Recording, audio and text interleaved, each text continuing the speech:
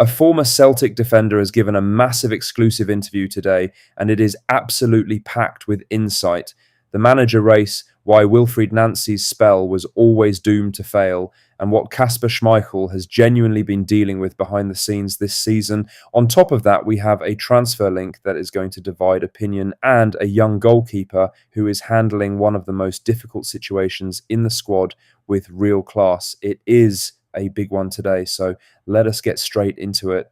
But first, make sure you like this video and subscribe to the channel for more Celtic content. Eric Sviatchenko has spoken exclusively to Celtic News, and he has come out with a bold claim. He wants Jens Bertel Asku as the next Celtic manager.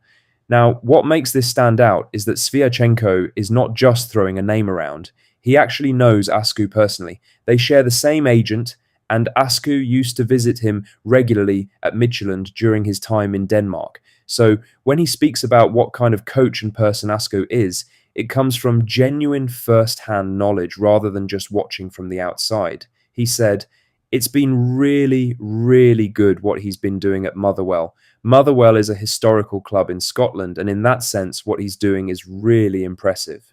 And when asked directly about the Celtic links, he said, "The links with Celtic, I think it's just nice that he's linked. If it's something that will happen, we'll see. But for sure, it's a different step being Motherwell manager and being Celtic manager. I think no one can really put into words how tough it is. At Celtic, you don't have even a day to breathe." That is such an important point. Managing Celtic is unlike almost anything else in Scottish football. The scrutiny, the expectation, the results needed immediately, there is no settling in period, and there is no grace. You either hit the ground running or the pressure consumes you very quickly. Now, for the main story, as Carl Starfelt's name has re-entered the Celtic conversation ahead of the summer, and this one is genuinely going to divide opinion among the fan base. Starfelt left Celtic for Celta Vigo back in 2023 after 2 years at the club. He was a central part of the Ange era, formed a real partnership with Cameron Carter-Vickers at the heart of the defence, and was well liked by the support. There were difficult moments in his first season as he found his feet, but by the time he left, he had won multiple titles and had shown real quality within the system.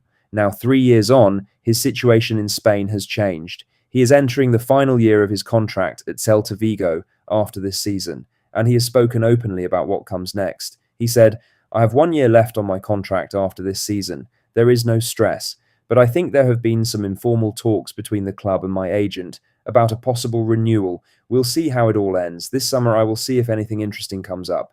That phrase, "if anything interesting comes up," is exactly what has got people talking. He is not committed to staying. He is open to a move. And Celtic are a club he knows inside out. The case for bringing him back is not hard to understand. He already knows the system, he already knows the environment, and he already knows what it takes to handle the pressure of playing for this club. In a summer where Celtic face a significant rebuild, having at least one experienced centre-back who needs zero time to settle could be genuinely valuable. In other news, the full truth behind Kasper Schmeichel's difficult season at Celtic has now been explained, and it genuinely reframes a lot of what supporters have been watching unfold across this campaign. In other news, the insight comes from Eric Sviatchenko, who knows Schmeichel well from the Danish national team, and what he described reveals that Schmeichel has been playing through a serious shoulder problem for much of the season, something the public were not fully aware of.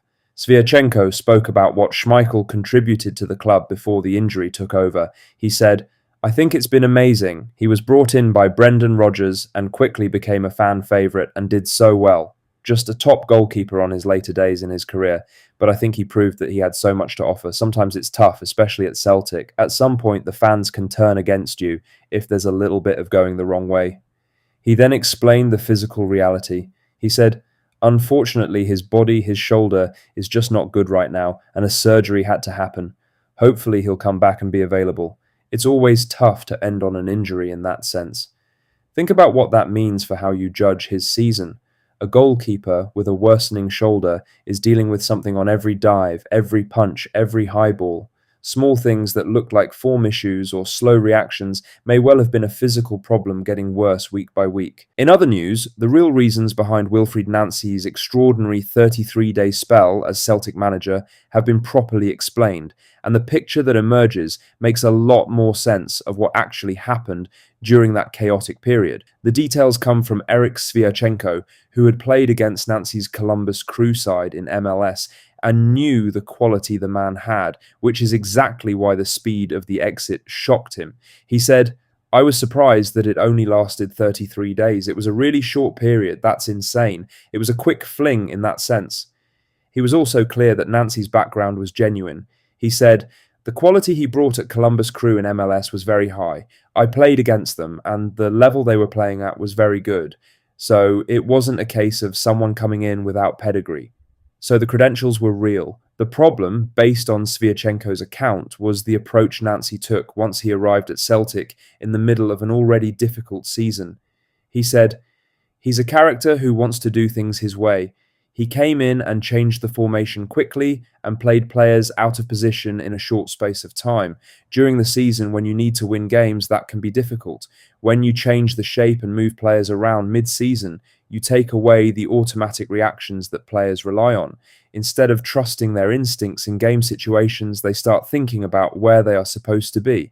That hesitation costs you in the moments that matter most." Sviatchenko also revealed what a teammate who worked under Nancy at Columbus told him. He said, "He was a great coach, but also very set in his way of doing things. It was more like his way or nothing."